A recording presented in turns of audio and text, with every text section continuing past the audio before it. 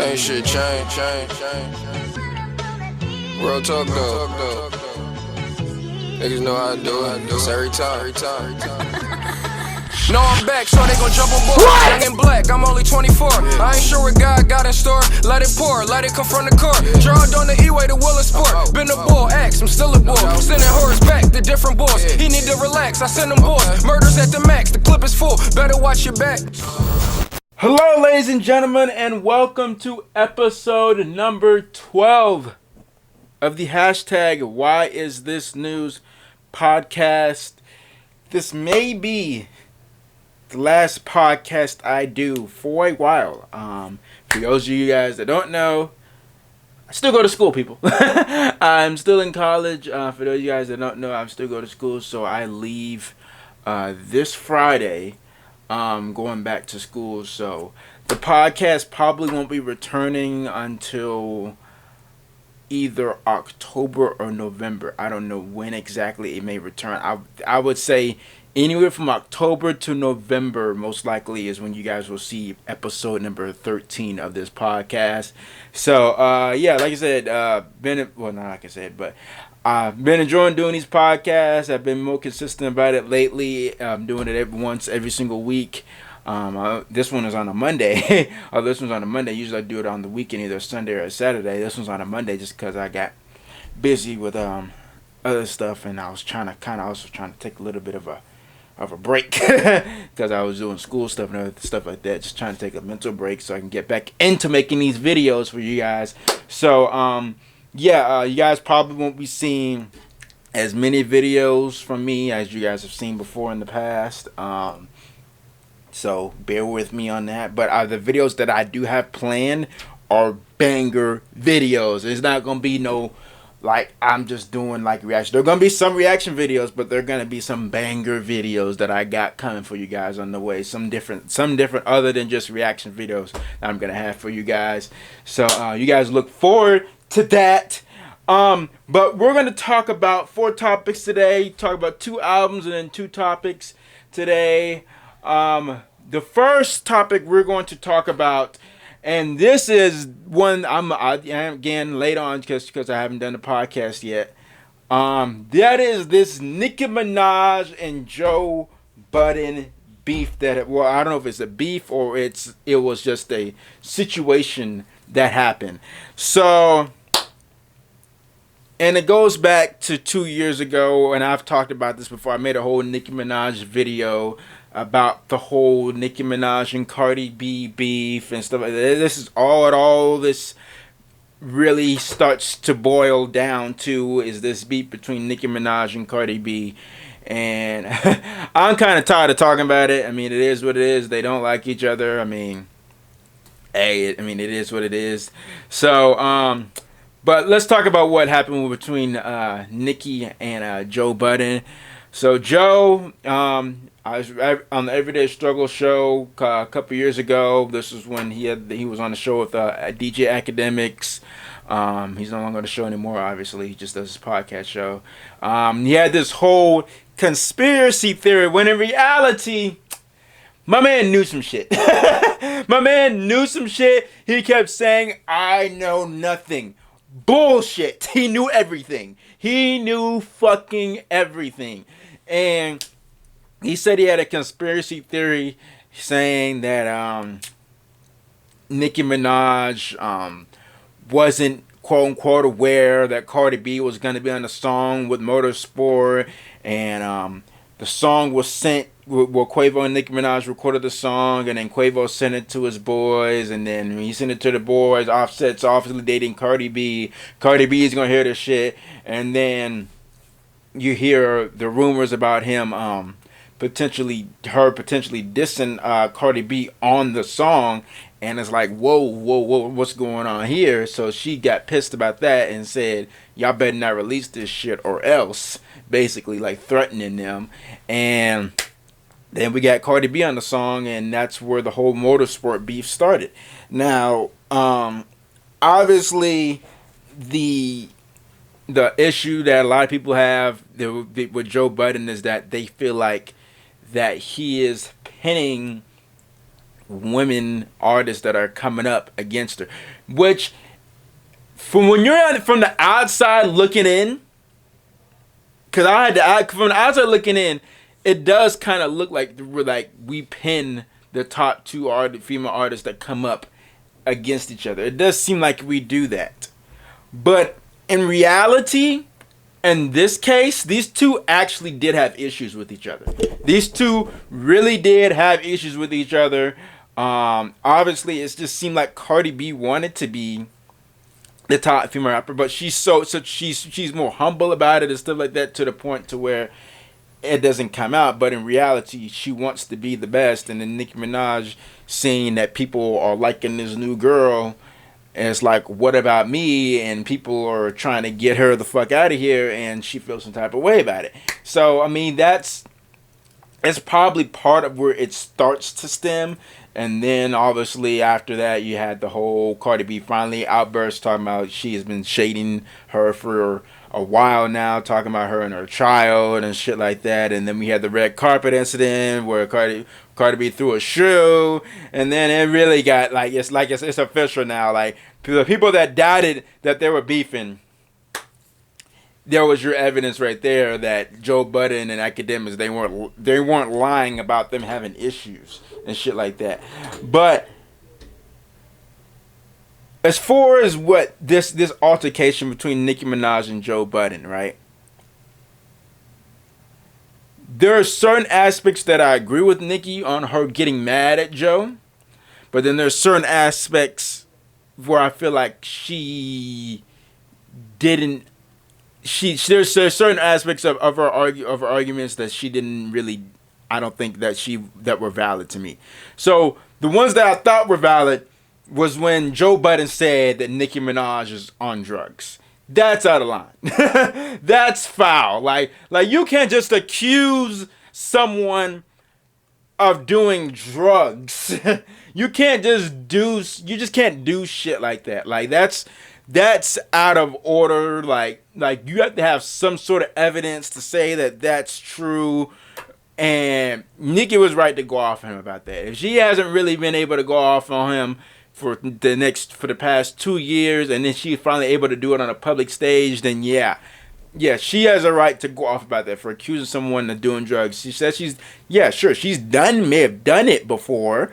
That she admitted that she's done, like she's popped a pill or two before, but to say she's on drugs, like, you know how MGK said he's addicted to this shit on the Everyday Struggle show, like people that are addicted to this shit, that's whole different scenario when someone that has just tried it maybe like once or twice. They try it once or twice. Oh, you're a drug addict.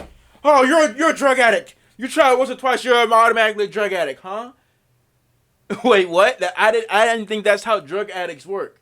Like Josh Gordon, who plays in the NFL, he is an addict to weed. Those are addicts. People that have just tried it once every blue moon or something like that, those aren't addicts. We gotta understand the difference between an addict or someone that is just trying something like for the first time, or just does it like every once in a while. Like, we gotta understand that perspective. So Nicki Minaj has a right to go off on her about that, on Joe Budden about that.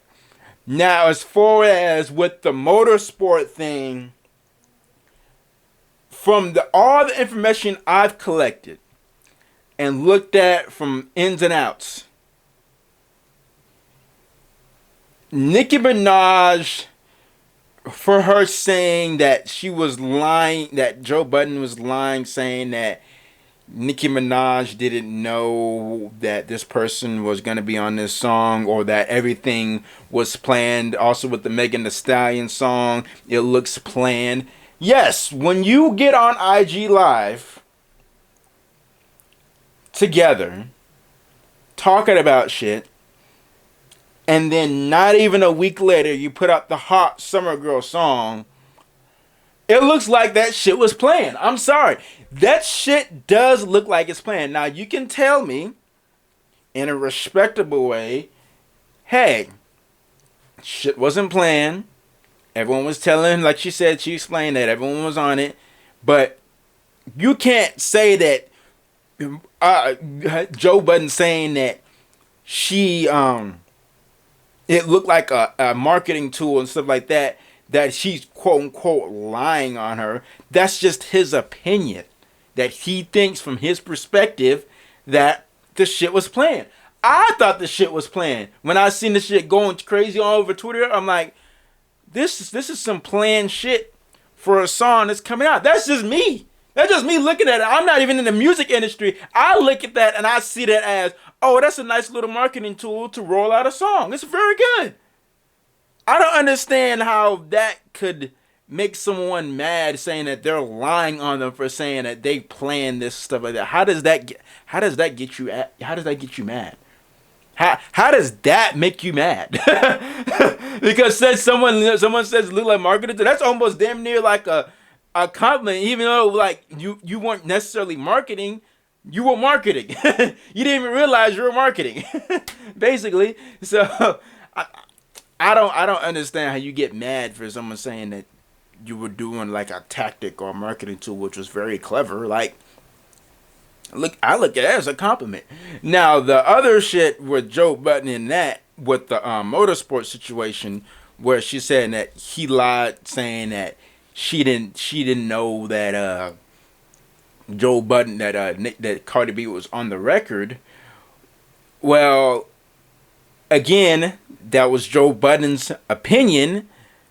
I'm not saying that where she says that his opinion, it spreads all this other hate and other shit like that. It makes her look this kind of way. Well, when the facts came out, then like we had our opinions then. We had our opinions then. Like, I don't understand how we forget the other stuff once the stuff officially comes out. All the other information came out. Why are we still angry about this 2 years later? This shit happened 2 years ago, my guy. Let it go.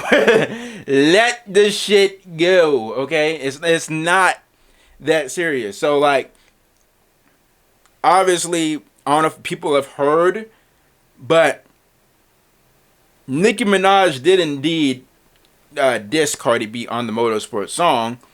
Her verse was actually changed, because you know the reason why I know this for a fact is because DJ Academics, of all people, leaked the Motorsport song, the original verse from Nicki Minaj.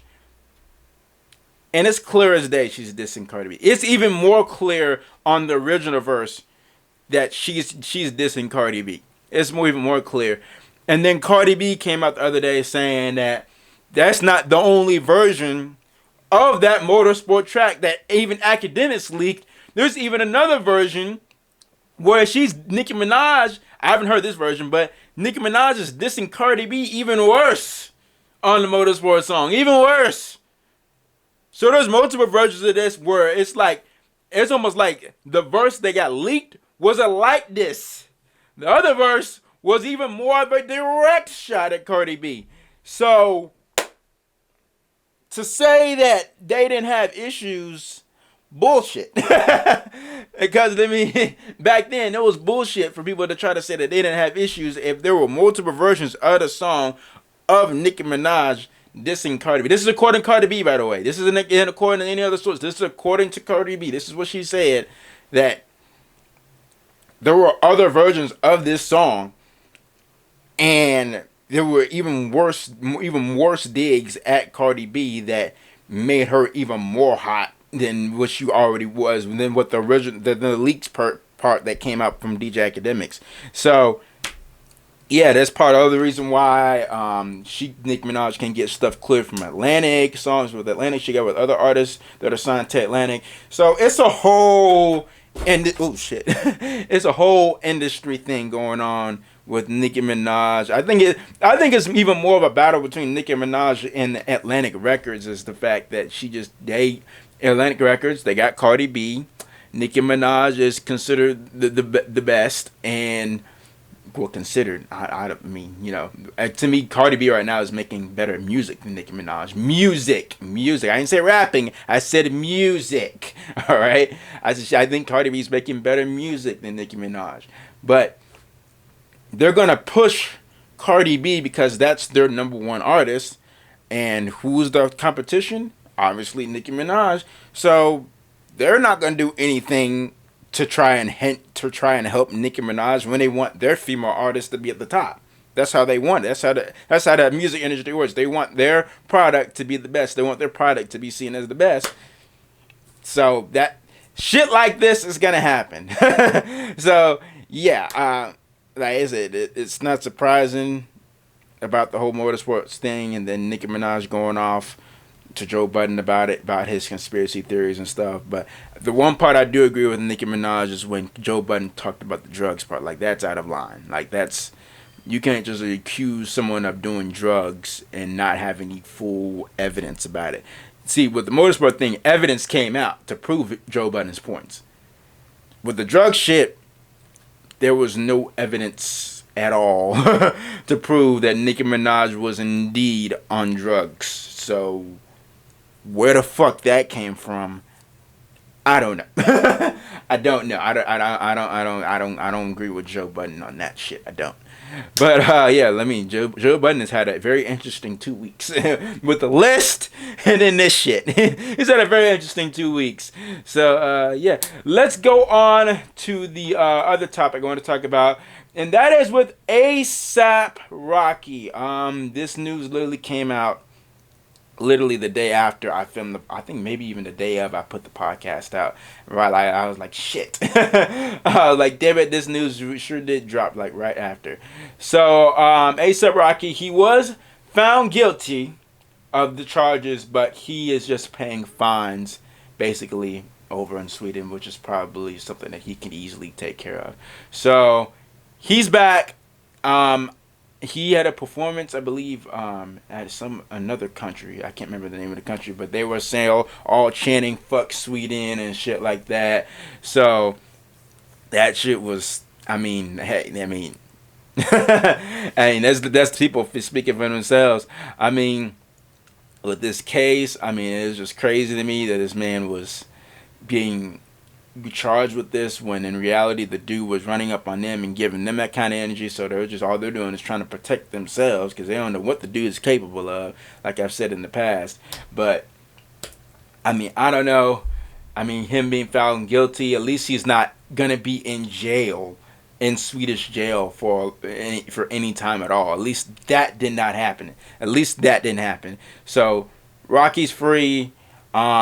I would drop a song about this. That's just me. They're just, I mean, just for marketing tool or something like that, just to talk about it, like put out a song, or maybe feature someone. I don't know. Maybe get featured in a song and talk about it, something like that, and make the song a big deal. Maybe you can give us more of a context in the song, because people love to talk about more so in their music. A$AP Rocky seems like he's more of a dude to talk about shit in his music than a dude to do like an interview and talk about it. I think he'd rather do that, talk about it in his music. And we'll see if he does that or not. So that's what I would do, just to bring even more buzz to a song, something like that. But hey, let's get to our first album review, and that is the QC Control the Streets Volume 2 project, or tape. I don't know what you want to call it. This thing has 36 songs. The other one, the past one from 2017 had, I'm looking at it right now, had 30 songs. So you got another 6 songs on here. I'm not gonna talk about every single song because we'll be here all day talking about other songs.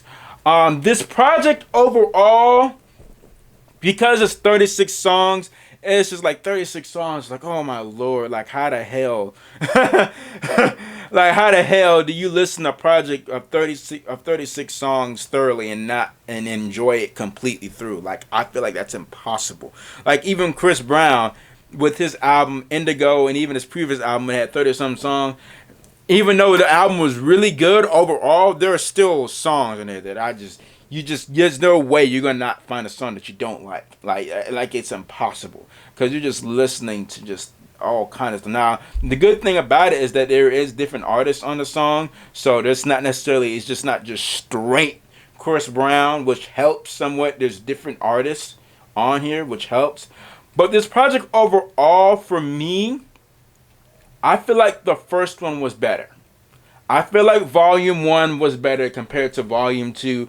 There are a couple songs. There's a couple songs here that I prefer, that I think are better overall than any other song that was released on Volume 1. But I think Volume 1 overall as a project is better than Volume 2. Like the highlight songs for me is surprisingly the Yachty song with T Grizzly. Let's see. Pink Toes was pretty cool. The song with Meek Mill. The song with Travis Scott.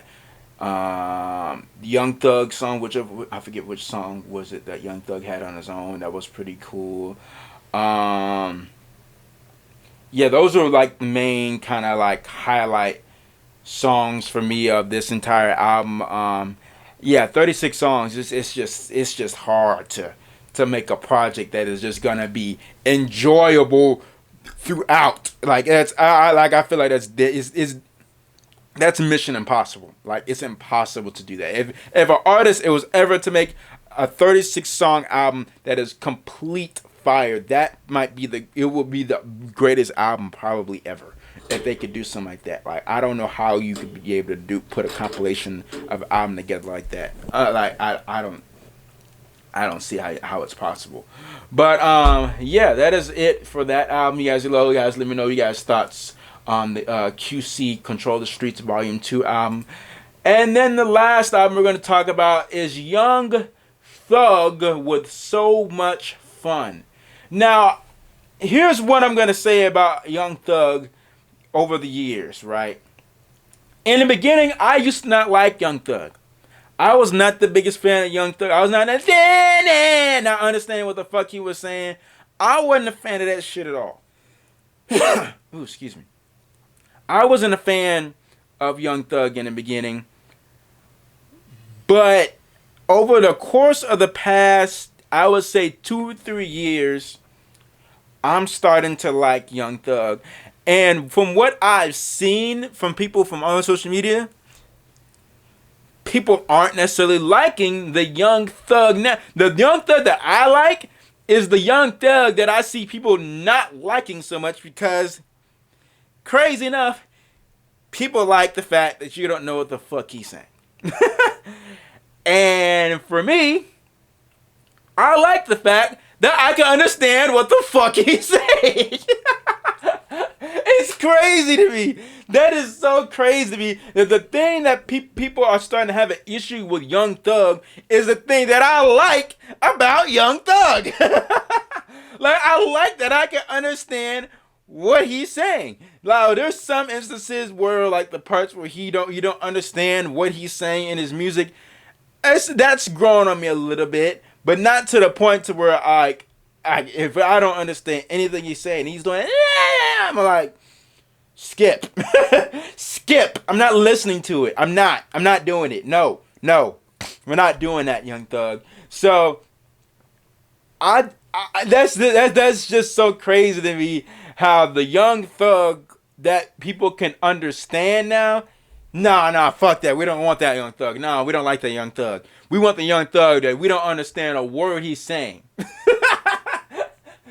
That's the Young Thug y'all want. I like the Young Thug that I can understand what he's saying. I like that Young Thug. That's just me. I don't know. Y'all can let me know what y'all think in the comments.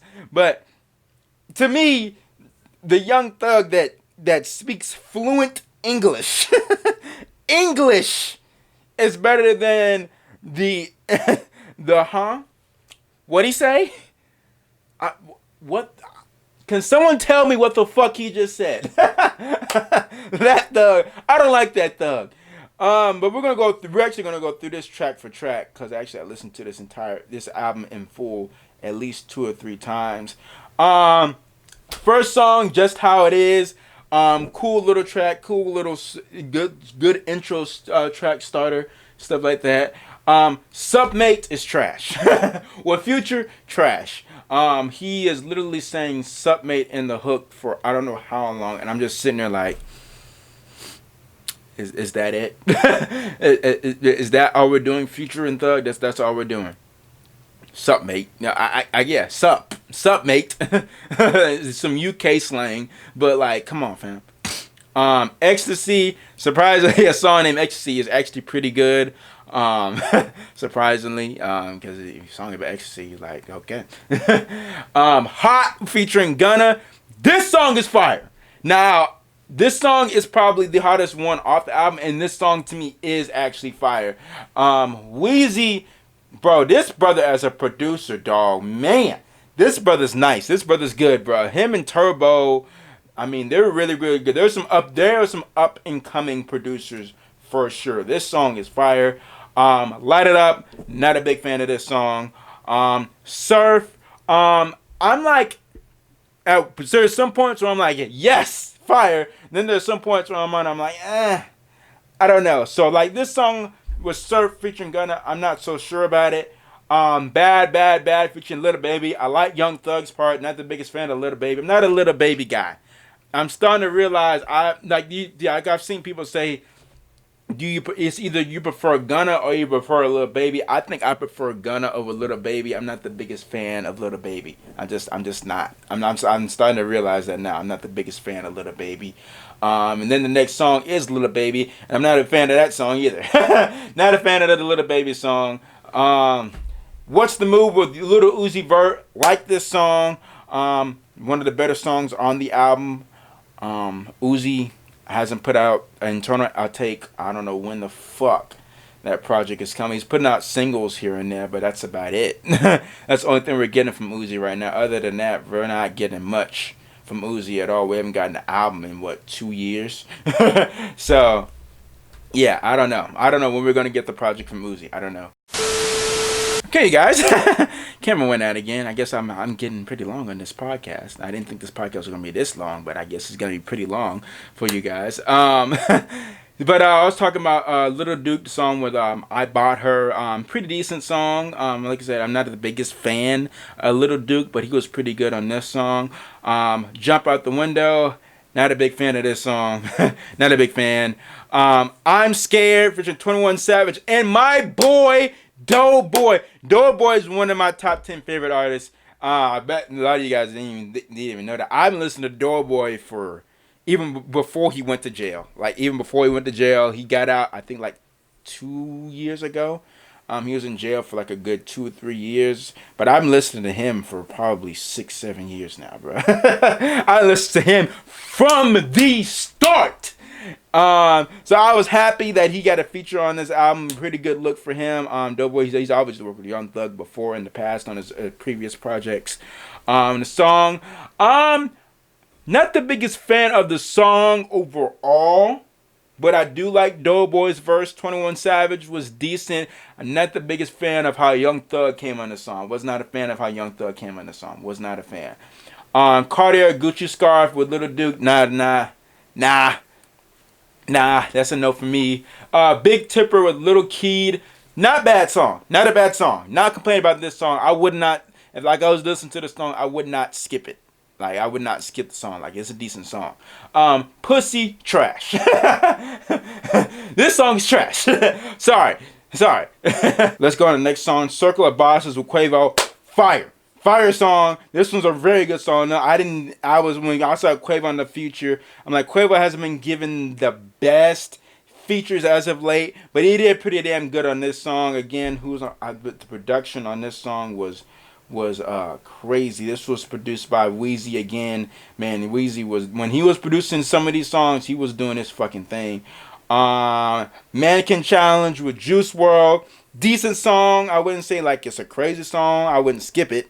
I wouldn't necessarily skip it, but it's a decent song. Boy Back with Nav. Nav is becoming repetitive to me. He's starting to become repetitive with the same flow and shit like that. And it's starting to become a little repetitive. I'm just not always the biggest fan of Nav. Like his projects, I'm not the biggest fan of at all, really. So, yeah, I don't know. And then the last song is The London with J. Cole and Travis Scott. If you guys know this, I did react to this song. I'll leave a link to this song in the description. Song's fire. I didn't expect J. Cole to hop on a song with Young Thug and Travis Scott. I didn't see this collab coming at all. But again, it was fire, complete fire. Very good song. Maybe it might have been the hit of the summer. I don't know if it became a hit, but it was a very big song. It was a very big song for the summer. It was a very big song. So yeah, overall, this Thug project, decent project. I would say this is a decent project. One of the better projects I've heard from Young Thug. Because like I said, I'm not the biggest fan of Young Thug. When he does that singular singing where I don't understand what the fuck he's saying, I'm not a fan of that. When I understand what he's saying, I do like that. I don't know why. That's just me. You guys can let me know what you guys think and how you guys feel about Young Thug.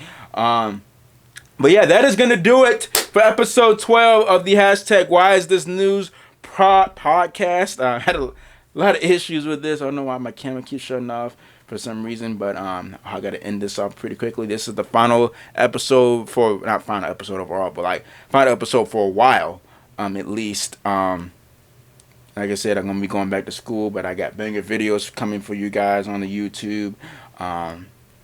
Yeah, you guys let me know what you guys think of. You guys can let me know what you guys think about the Nicki Minaj versus Joe Budden situation. Who do you think is right? Who do you think is wrong in this situation? A$AP Rocky found guilty, just paying a fine. What do you guys think about this story overall, now that it is officially over? The QC album, what you guys think? 36 songs. You guys think that anybody can make a fire album that's at least 30 songs? Is it even possible? And then with Young Thug, you guys like the singing Thug where you can't understand a word he's saying, or do you like the English proper speaking Thug? You guys let me know. I'm out. Peace. Pop a perk to keep me calm. I say, hold up, give me a minute, gon' take an hour before I come. I don't even ask the price no more, go ahead and grab what you want. Finna go take this rap money and spend it all up on my son. Gotta learn to feed your needs, nigga, starve all you want. Play my name with it, talking no pounds, I'm talking about a ton. Dripping on fresh so clean.